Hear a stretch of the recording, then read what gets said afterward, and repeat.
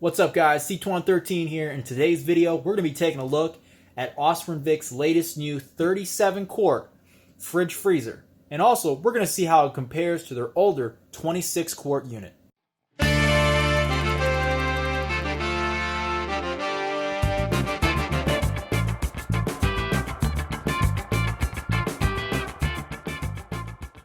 Alright guys, so I'm sorry for the bit of different view here because the box is so large, just like it was the last time I did the smaller, older model Ausranvik fridge freezer. I'm going to need to do this, but I promise once I get this out of the box, I'll make sure that you guys get a better view of everything.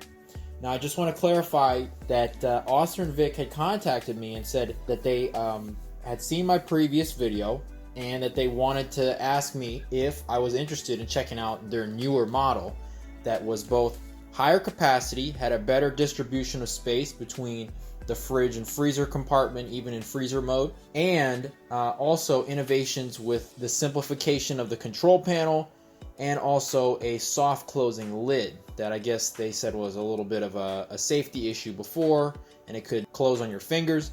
So this has a soft closing lid apparently, as well as some better handles, and obviously, like I said before, a higher capacity. But in terms of operation, this thing is just as capable as the other Ausranvik fridge I did a video on.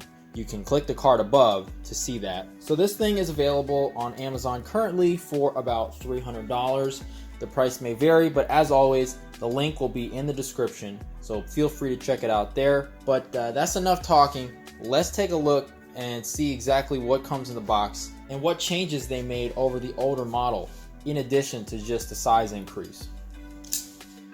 Now I took this out of the full-size shipping box because it was just way too big and never would have fit on screen. But you can see here, this one, we'll just take a quick look in case you guys want to see the side here. The model number is APR35W. This is a silver for the color, and it tells you that this is a 1224 volt DC and 110 volt AC fridge. It tells you the power draw, 35 watts. I'm assuming that is the constant draw. I think the surge is slightly higher, but these are using a Danfoss style compressor, so there's a lot less surge load at compressor start. And of course your product, I guess your gross weight is 36 pounds. I don't know if that would be the product weight or if that's fully loaded. You know, when I think of gross weight in terms of the automotive world, that usually refers to a vehicle that's fully loaded. So I don't know if that's the same with the fridge. But anyway, let's take a look what we get. Sorry, by the way, if I hit the tripod. It's a little unavoidable with a box this size while trying to get you guys to see everything. Very nicely packaged. You can see here, got real thick foam with these nice little plastic corner pieces to avoid damage, but I'm going to just move those to the side. Alright, so there is the fridge. Move the plastic here. Now I think the only assembly that's going to be required with this thing is just to attach the handles, because the handles stick out a lot. They're nice big handles, but that would make the shipping box a lot larger, so I think it doesn't come with those installed, so we'll have to put those on. So let me go ahead and pull this thing out.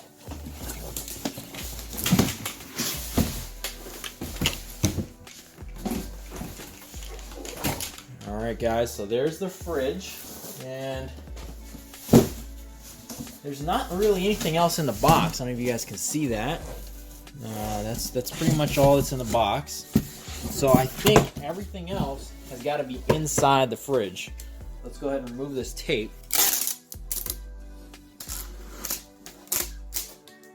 Yeah, this is very nicely packaged. I wouldn't be worried about this thing getting damaged in shipping unless your UPS guy really hates you. Alright, and then let's pull this off right here. Okay, and just briefly I'll mention this control panel here. You've got the same setup with a USB power supply, but there are some differences when it comes to the modes and the simplification of the control panel, as well as the ease of changing between Celsius and Fahrenheit. That was something that a lot of people didn't understand how to do on the old model. But also, unlike on the old model fridge, this has a full lid. So, as you can see here, the control panel is on top of the lid, so there isn't a separate section that's blocked off for just the control panel. So, okay, there we go. I've opened it up. And I believe your LED, I'm going to change the angle here just a bit so you guys can see up here. So this is the top of the lid. I'm pretty sure this is where the LED light is. This is your handle. And these little things, I don't know if you can see that, these are what give you that dampened closed lid. So we'll go ahead and you can see it doesn't slam closed. Even if I slam it down, it doesn't slam closed. It does mean you'll have to push it to close it, but something that I actually found that would happen a lot on this Ausranvik back here, that's the old one. The previous slightly smaller model is, I'm going to go make sure you guys can see this. If I close the lid from up here, I don't know if you guys can see that, it's not actually closed. It bounced back open. So in fact, I'd have to close it slowly and then push it down to make sure it was closed. So with this one, not only will it not slam, it'll give me a secure close every time because I just got to touch it and it's closed. I'm not gonna have to worry about it bouncing open. So let's go ahead and see what the inside looks like. Now, I want to point the camera back down. We'll go over the LED light and all that when we start it up and test it out. I want you guys to take a look in here because again, this is a 37 quart. Whereas the old model is a 26 quart. So one of the big improvements they've made to a point of contention for a lot of people with the previous model is the much larger refrigerator compartment. So when you've got this thing in freezer mode, which is something that a lot of people I think are going to use, this section right here gets to freezing temperatures. So if you set it to, let's say, -4, this will be controlled at precise -4. However, this section will generally stay above freezing so that you can put fruit, drinks, whatever you want over here, and it won't freeze. The issue was with the older model, let me go ahead and grab that. I don't know if you guys can see, I've got some stuff in here. I've got some frozen meat in there, and you can see this little area is the only fridge section. And realistically, I'll grab one of these frozen water bottles. Realistically, that's enough for 2 water bottles, and that's pretty much it. And yeah, you could put little bits of snack foods and different things in there, but let's be honest, you're not going to put enough ingredients to cook a full meal or to even have like a ready-to-go meal. If you just want to put like sandwich ingredients or something over there, you just can't fit enough food in there. And so as a result, either you got to have to make the whole thing into a fridge and forego any frozen foods, or you're going to have to carry a cooler or something else, which really defeats the purpose of having a low power draw DC fridge freezer. So that's one of the big improvements on this newer model. But let's go ahead and check out what comes in this little box here. It's probably going to be your DC and AC power adapters, and I'm guessing also your handles because I don't see them anywhere else. And yep, here we go. So there's your handles. So they are a hollow stainless tube, and you've got some reinforced plastic brackets. So let's see. So you've got your 2 handles here. I'm gonna put them down for a second. And you can see you got your Allen screws, and you got your Allen key, you got your manual, and you've got your power adapter, which I might add uses the same connector as the old fridge, which is nice. And you've also got your DC power adapter, so you can plug this directly into DC. And your power adapter is going to be drawing 14.5 volts at 4.1 amps. All right, so I'm going to go ahead and install these handles, and I'll be right back. All right, guys, so I got the handles installed, and they actually do include 2 extra screws, so that is pretty nice of them, just in case you lose them. But it was pretty easy to install them, if not just a bit tedious. But I'll show you right now. These handles are nice and strong, and provided you don't over torque these screws, they are very firm. There is no movement at all. There's no rattle. There's no creak. As you can see here, I'm twisting this thing. So very nice. Another thing I noticed just off the bat before we get into the plugging it in and testing it, if you look over here, where the compressor and condenser and evaporator and all that good stuff is, on this side, the slits that were cut in for ventilation are much larger on this one as opposed to the ones you can see over there on the older, smaller 26 quart Ausranvik unit. And although you could argue that these are more unsightly, in my opinion, these are better, because one of the things I actually worried about with this older unit is the fact that it didn't seem like it had enough ventilation. And so I was worried that in hot environments, it could overheat and it would shorten the life of the compressor. So this is nice to see, just to have a little bit more peace of mind for good airflow and cooling. Alright guys, so what I'm going to do now is I'm going to go ahead and plug the unit in, and then we'll go ahead and run through the control panel layout and how all the different settings are and how it differs from the older Ausranvik 26 quart unit. But as you can see, for sure, the footprint isn't really that much larger between the two, but you get a lot more space on this newer unit, and especially that additional fridge space could be a make or break addition for somebody looking for a portable DC fridge. So anyway guys, let me go ahead and get this thing plugged in, and then once I've got everything set up, I'll come back and show you how the control panel works. Alright guys, so I've had this thing plugged in for several hours now, but it only took about an hour to get to temp. I have it set to -4, and what I wanted to go over was to show you what the inside looks like, briefly go over the interface of the control panel, and then I want to give you guys a good comparison between this model and the previous model, and to weigh the pros and cons of each and the improvements that Ausranvik made with this new model. So first, let's go ahead and get into the inner compartment. So here we have the freezer compartment. Like I said, I had this set to -4. And what we've got here is some pork, some beef, my homemade blueberry ice cream, and a frozen water bottle. Now obviously I could put a bunch more stuff in here, but that's just what I had on hand right now. If we look at the fridge side, which I will add, I know this isn't the comparison part of the video, but much more space on this side. I've got a full-size container of plain Greek yogurt, whole milk Greek yogurt right here. And then my girlfriend has some dried radish. I guess this is kind of like, I don't know what this is. It's a Korean radish thing that's got pepper on it. I'm not a fan of this stuff, but she loves it. So anyway, that's what I've got in here. You'll notice that there's a ton of space on this side, and it's not just wide, but it's also deep, even though this shelf here isn't as doesn't go all the way to the top of the compartment. This is plenty wide. And if we look at the lid, I don't know if you guys can see that, there is a recess here that actually would allow for slightly more space on that side as opposed to on the fridge compartment, which is just flat. So that's nice. And then of course the overhead light, you know, part of me wonders if it would be even better with 2 lights, but mainly because when the lid is fully open and slightly tilted back, there might be a slight shadow on the bottom. But when it comes to really seeing what's inside the freezer, an overhead light really can't be beat because it can't be blocked by anything. So I do like that as well.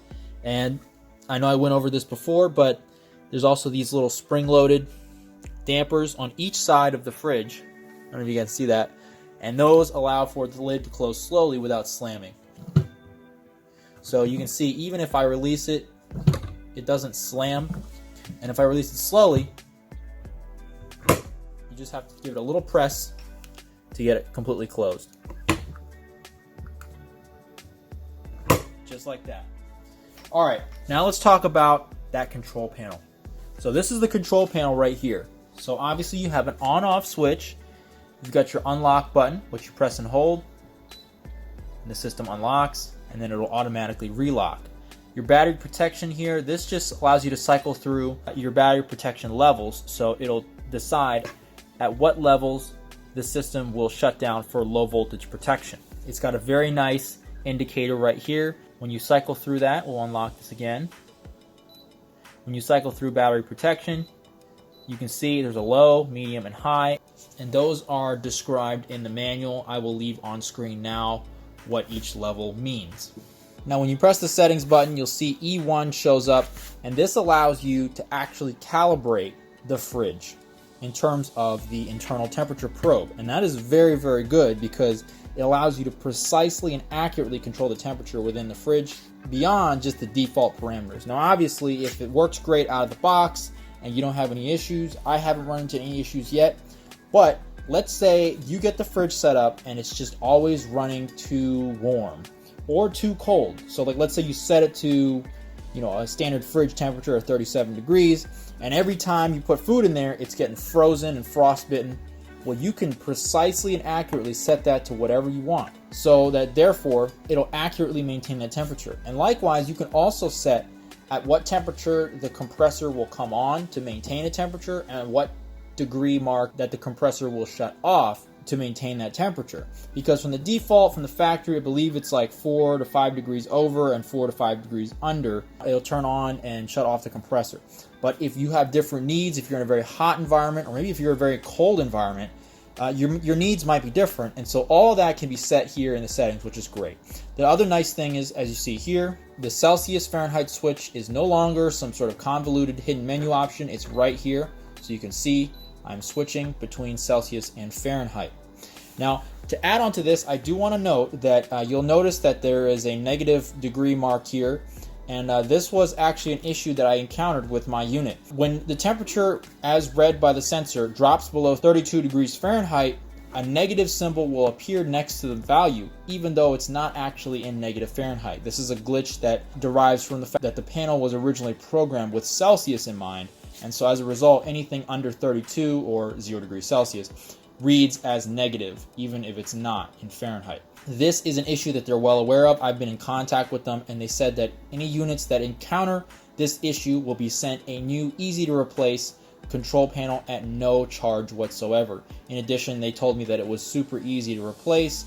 It just requires a pry tool to pop this panel off. There's one connector, and then a new panel can be installed pretty easily, and they will be sure to send thorough instructions and have great email contact if anybody encounters that issue. You know, honestly, I've done tons of reviews of early products for different companies, and the fact that they were not only willing to rectify the situation, but willing to acknowledge that it was a problem instead of just pretending it didn't exist, honestly, they get huge props in my book for that. And then of course, here we just have the display, and of course here we have the mode button, which cycles between max and eco. I just leave it on max because even though eco turns the compressor slower and maybe slightly quieter, it really ends up running the compressor longer. So in my opinion, that's more wear. And from my testing, it hasn't really decreased power consumption all that much, because you're just trading high and fast for low and slow. And so as a result, the compressor will run longer. So the power draw is pretty similar, honestly. And then of course, the stop indicator just means that the compressor is off, or the unit is off. And then you have your up and down, which just controls your temperature settings. So I really do like that this display, as you can see here, is very detailed, and it gives you a lot of information in one place. And so now that we've gone over the basic settings here, oh, and then let's just real quickly just say there's a USB port here, same as the old one. But now that we've gone over this control panel and the interior of this unit, let me go ahead and get the other one next to this one, and we'll compare both the control panel design and simplicity, as well as interior and functional design. All right, guys, so let's first start with a comparison between the two control panels. Now, because it's difficult to see the screens if I back the camera up too much, I'm going to point the camera at each unit when I'm talking about it, so that you can see it clearly. If I back the camera out, because it's really impossible to get both screens next to each other based on their position, I'm gonna do this. So hopefully you guys can still see what I'm talking about. We're gonna start with obviously the new unit here, and then we'll compare it to the old one. So on the new unit, first of all, let's talk about how the units turn on. It's the same type of thing. There's a power button here. On the old unit, there is a power button there as well. When it comes to battery protection settings, on the new unit, there is a discrete button that is not hidden in any menu. However, on the old unit, you'd have to go deep into the settings to activate different levels of battery protection. On the new unit, changing the units for the temperature between Celsius and Fahrenheit is as simple as a single button. On the old unit, it required an elaborate procedure of turning the unit off and activating the settings and using two different buttons at the same time. So again, more complex, less intuitive. On the new unit here, a great feature is that even if you shut the unit off, as you see, the stop indicator indicates that the unit is off, and yet it still shows the internal temperature and the display is still illuminated. That isn't the case with the old unit. If I unlock the unit and shut it off, the screen goes black, and the only thing that's still illuminated is the power button.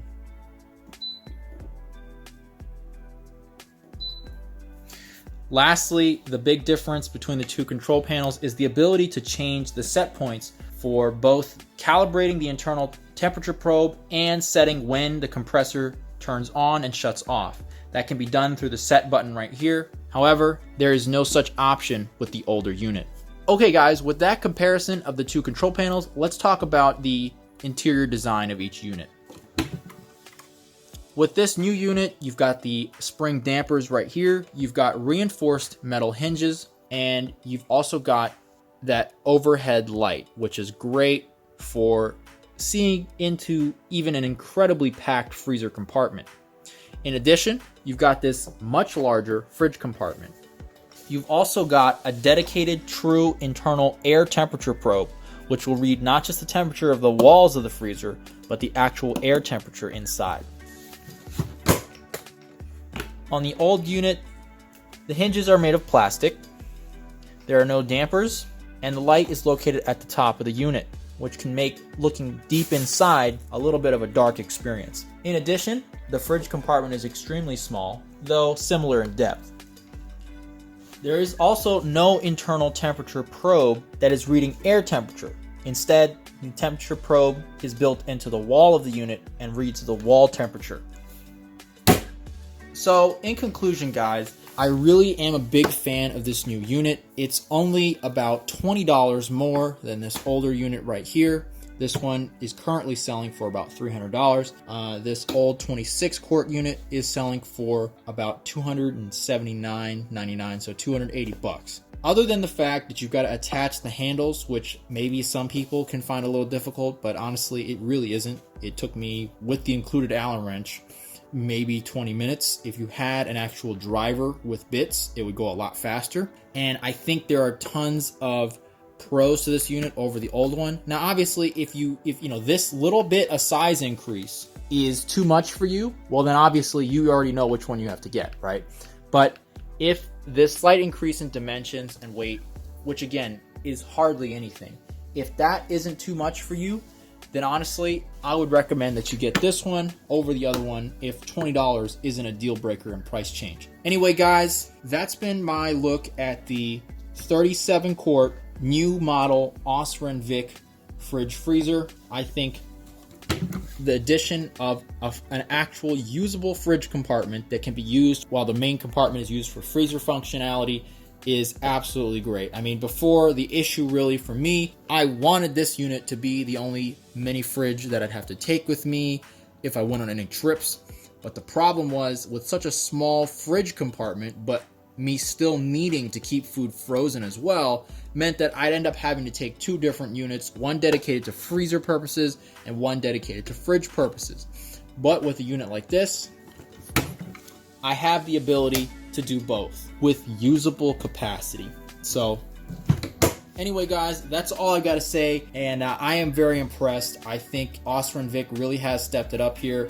You know, they've got a much more refined unit. I don't think they reinvented the wheel here, but then again, I really don't think they needed to.